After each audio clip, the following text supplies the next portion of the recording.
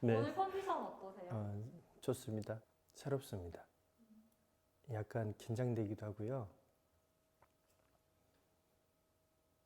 그냥 있는 그대로 대화를 좀 나누고 싶네요.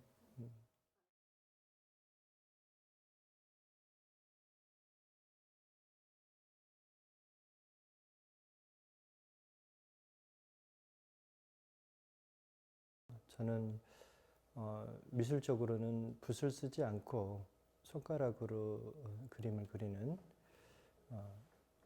아티스트라고 표현하고 싶네요. 그리고 자유로운 사람. 근데 저의 장르는 자유로운 거. 그리고 구극힘. 이 구극힘이 그리는 거는 모든 것이 나의 장르라는 거. 그겁니다. 고향 광주입니다. 네, 광주에서 태어났고요. 시골 예전에 연습장이 있습니다. 그 피부캐치나 이런 브룩실즈 같은 그 스케치북처럼 넘기는 연습장이 있는데요. 약간 누런 종이에 벤지 같은. 그렇죠. 네. 그 좀 제일 싼 거예요. 지금 컴퓨터 용지 말고요. 옛날에 아주 옛날에 그 쓰던 용지 같은 경우인데 거기다가 불을 떼고 남은 뭐 소죽을 쓰든 예전에 밥을 하든 가마솥 쓰다가 나무로 불을 떼거든요. 숯이 있지 않습니까? 그 숯이 지금은 생각해 보면 목탄인데 그걸 가지고 좀 끄적거렸던 생각이 납니다. 끄적끄적 그러니까 연필로 끄적거릴 때는 아주 섬세한 대생이 들어가야 돼 뭐 그림이 잘 나게 보이는데 큰 숲 같은 경우는 한번 선을 그으면 되게 묵직한 선이 그어지면서 그때는 몰랐는데 그게 크로키였지 않나 싶습니다. 손으로 이렇게 문지르면 형태들이 나오지 않습니까? 그게 계기가 됐습니다. 그래서 그 연습장에다가 연습을 혼자 했던 것 같습니다. 그러니까 이 브룩실즈를 잘 그릴 때까지 그리는 타입입니다. 처음에는 되게 어색했는데 그래 대충 그려지네? 나한테 그림의 소질이 있나 보구나라는 생각을 했어요. 어렸을 때는 그냥 뭐 나는 그림은 나의 영역이 아니라 생각을 하고 제 취미 정도로 했던 것 같습니다. 사실 가장 가깝지 않습니까? 또 비행기를 타고 한 2시간 거리이기 때문에 비용도 내가 일본에서 디자인을 배우면 일본말도 배우고 일본 문화도 배우고 디자인도 배울 수 있겠구나. 자신이 있었습니다. 일본은. 뭔가 모르게 얘기는 자신이 있었습니다. 아주 금수저가 아닌 이상은 경제적인 사항들입니다. 보통 학교가 5시 반 정도에 끝나면은 아무리 빨리 해도 6시 반이거든요. 그럼 12시 반 정도까지 일을 하고 다시 12시 반부터 새벽 4시 반까지 일이 있습니다. 도쿄에 가서 디자인을 이제 배우고 또 건축, 그 공간 디자인도 배우면서 또 패션 디자인도 수학을 하면서 느꼈던 게 새벽 4시, 5시까지 아르바이트를 하는데도 학교로 가고 싶었습니다. 아마 평생 처음 있는 일이라고 할까요? 궁금해집니다. 수업이 어떻게 진행되는지. 일본을 왜 갔느냐? 내가 한국에 살 수 있는 것이 없다고 생각했기 때문에 그랬고, 가니까 기회가 있었습니다. 그러니까 열심히 해도 안 되는 것이 뭐였냐라는 게 아니고, 열심히 해서 노력하면 노력하는 대로 단계가 보였습니다. 포기하지 않으면 이루어진다는 사실도 좀 빨리 알았습니다. 패션쇼 자체는 대성공이었죠. 매스컴은 SBS, KBS, MBC가 들어와서 단독 취재권을 달라 할 정도로 뜨거웠어요. 근데 2부를 성공리에 마치고 끝내고 난 다음에 무대에 서 있는 거예요. 힘이 하나도 없는 거예요. 그때 기억으로 생각납니다. 자기 자신한테 던졌던 것 같아요. 왜 열었어? 이렇게 허한 걸. 어떻게든지 진행을 시켜서 성공시켜야 된다. 그리고 내 등 뒤에는 200명이 넘는 패션하는 동료와 후배들이 있다고. 그 이 사람들을 짊어질 무게가 너무나 무거웠습니다, 사실은. 패션쇼 성공하면 뭐해? 너한테 남은 게 뭐야? 고집밖에 없잖아. 오기밖에 없었잖아. 그게 우리가 무슨 중요해? 너 어떻게 할 건데? 그게 다시 제2막입니다. 인생에서. 허역, 내가 책임지지 못할 것들을 가지고 뭔가를 오기와 건조로만 이뤘을 때는 그 뒤에 올 것들이 너무 허탈한 것들이 찾아온다는 것을 그때 눈물 나도록 알게 됐습니다. 사실은요.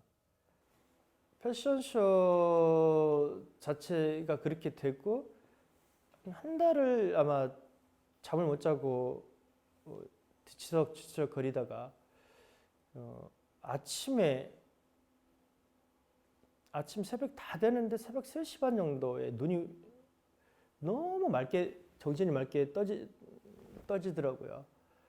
그래서 할 수 있는 게 다시 스케치북에다가 그림 그리는 거, 스케치 하는 것밖에 없기 때문에 스케치를 예전에 스스로 그렸던 그 느낌으로 스케치를 해서 아침 9시 정도 됐을 겁니다. 유리창에 비치는 햇살이 들어왔을 때. 그때 그림이 너무 좋았습니다.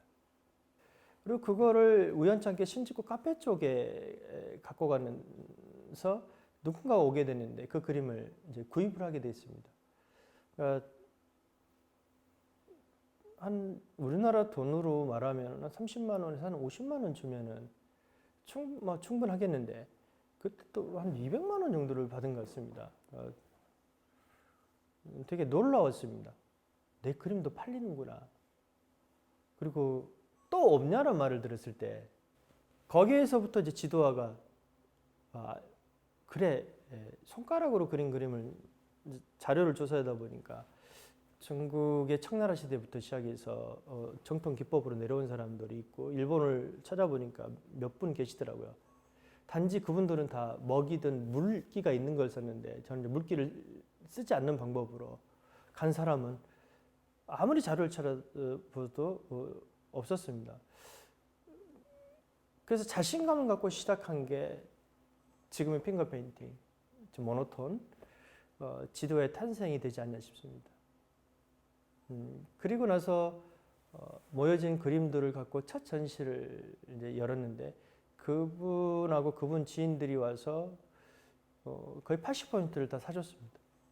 처음으로 내가 화가가 됐나 보구나.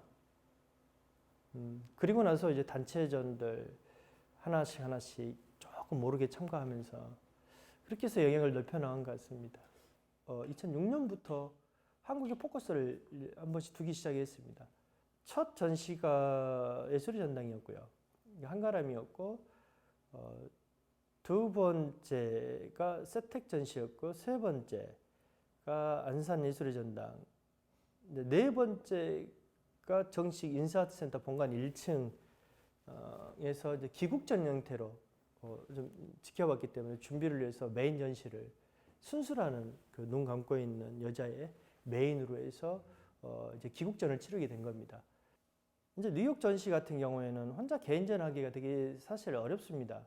그러니까 어렵다는 거는 결국은 다 비용입니다.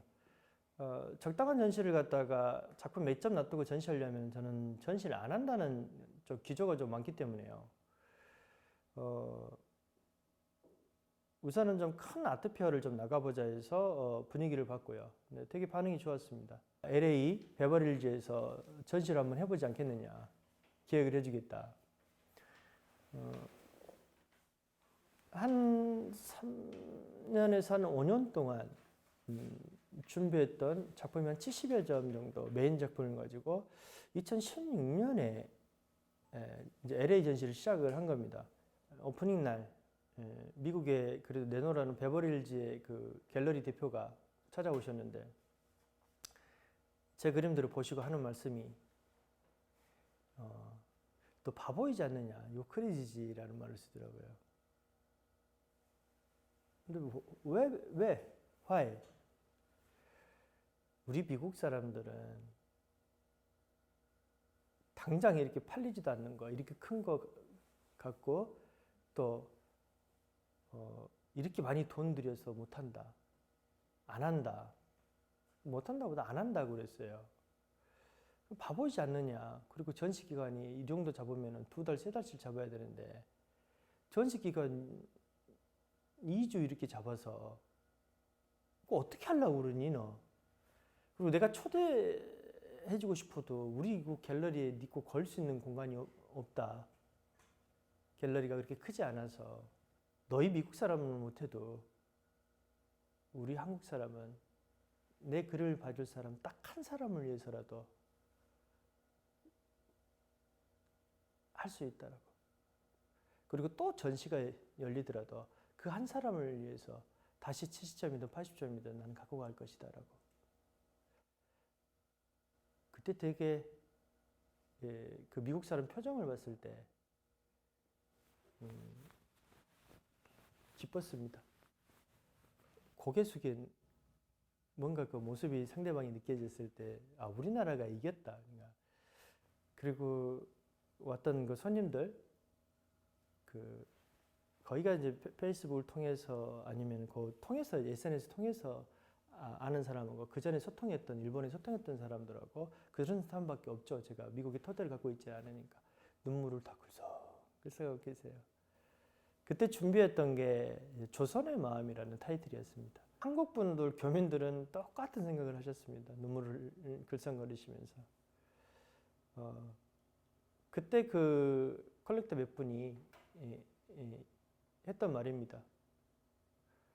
한국 작가들은 항상 오면 작은 그림만 갖고 와서 아팠다, 속이 안쓰럽고 화가 났다 이거예요. 자기도 미국 그 컬렉터들 데리고 가면은 그 사람들이, 한국 사람은 조그만 것만 갖고 와. 큰 거 전시 안 해? 그러니까 좋은 걸 보여주려고 갖고 왔는데 막 손님을 끌고 왔는데 그런 소리를 들었을 때 한국이 무시당한다는 느낌이 들었을 때 오는 그 자괴감, 고맙습니다 작가님, 고맙습니다 했을 때 제가 느꼈던 감정이 그랬기 때문입니다. 그 전시장에서 중간에 도난을 당했는데 70m가 되다 보니까 저 안쪽에서 그림을 싸다 보면은 저도 뒤가 보이질 않습니다. 잘. 또 정신이 없어요. 그 틈을 사서 그림 하나가 요거 절반보다 좀 큰 게 사라졌습니다. 그 사건이 바로 있고 그 다음날 텍사스에서 연락이 왔으니까요. 당신 이 그림들, 그때 피에타도 있고 그 예수님 그림들도 있고 그 구성이랑 미켈란젤로하고 공통점이 있다. 미켈란젤로 시스템 성당전이 텍사스에서 열리고 있는데 곧 열리고 9월 30일 날 열리는데 전시해보지 않겠느냐, 콜라보 전시를. 어쩌느냐, 저는 너무나 그 뜻밖의 일이라서 그 영광스러운 일이잖아요. 그래서 오케이를 했습니다. 그런데 그 기획자들이 그 돈만 또 해준다고 해놓고 안 해주고 그러니까 앙심이었던 것 같아요. 지금 생각해 보면은. 근데 경찰에 신고를 하면 자기들이 나중에는 결국은 밝혀지면 자기들 조사를 받아야 되잖아요. 그러니까 그 꼴을 잘 되는 꼴이나 이런 거를 이제 못 보겠다는 개념이 깔렸던 것 같아요. 그리고 이제 뉴욕 미술관을 2018년에 그 계기로 오픈을 하게 됐는데 그 계기도 마찬가지입니다. 잡지사 대표할 때 툭 던졌던 말입니다. 저는 뉴욕에서 전시를 내 인생 일대를 다 걸고 마지막 전시라고 생각하는 전시를 한번 해보고 싶다. 그런 장소가 아무리 비싸더라도 있었으면 좋겠다. 그 말을 던진과 동시에 잡지사 대표님이 있습니다라고. 근데 그것도 타이밍인 것 같아요. 근데 자신감이 있었던 게 다른 건 아니어도 작품은 준비되어 있었습니다. 그리고 저를 평론해 주시고 이끌어 주실 하버드 미술관의 그 미술 총 수석 로버트 디모리 박사님이 계셨기에 그분한테 계약을 하기 전에 잠깐 문자를 보냈습니다. 12월 4일 날 전시 제 이름으로 된 미술관을 전용으로 오픈하려고 그러는데 혹시 와줄 수 있겠습니까? 그거를 오케이를 받고 그분들하고 이제 계약을 하게 된 겁니다. 그래서 역사적인 일이라 하더라고요. 맨하탄에 그 많은 이제 작가분들이 오셨습니다만은 이 한복판에 개인 이름을 따는 그 미술관을 낸 사람이 없습니다라고. 근데 없는 게 아니고요. 사람들은 이루어질 거라 생각을 하지 않습니다. 희노애락이라는 게 그런 것 같습니다. 그러니까 제가 정식적으로 한국에서 있고 그런 도전을 안 했다 그러면은 그 대단한 미켈란젤로 전시를 어떻게 했겠습니까? 그건 저한테 축복인 전시입니다. 남들이 이루지 못한, 일반 화가들이 이루지 못한 30년, 40년치를 이룬 것에 대해서는 지금도 다시 두 번 그런 좋지 않은 일들이 온다고 그래도 아마 또 선택했을 겁니다. 아마 선택해야지요, 아마. 그러니까 실패하지 않는 가장 좋은 방법은 아무것도 하지 않는 것입니다. 근데 아무것도 하지 않는 게 재밌습니까?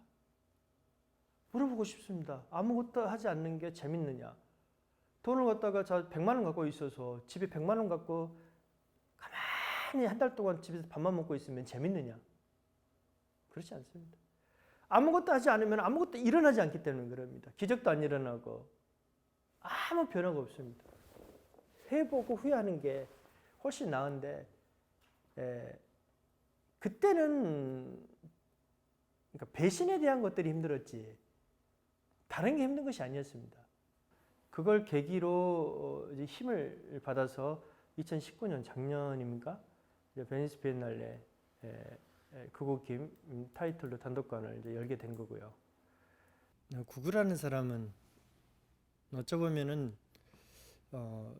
길가에 30년, 50년, 100년, 1000년 동안 아무 말 않고 서 있는 나무와 같은 사람이다. 한 번 믿으면은 바보같이 나를 배신하지 않는 이상 100년까지도 갈 수 있는 사람. 한 번 신뢰를 갖고 사람들과 관계를 가지면은 길게 가는 그게 바로 구구다.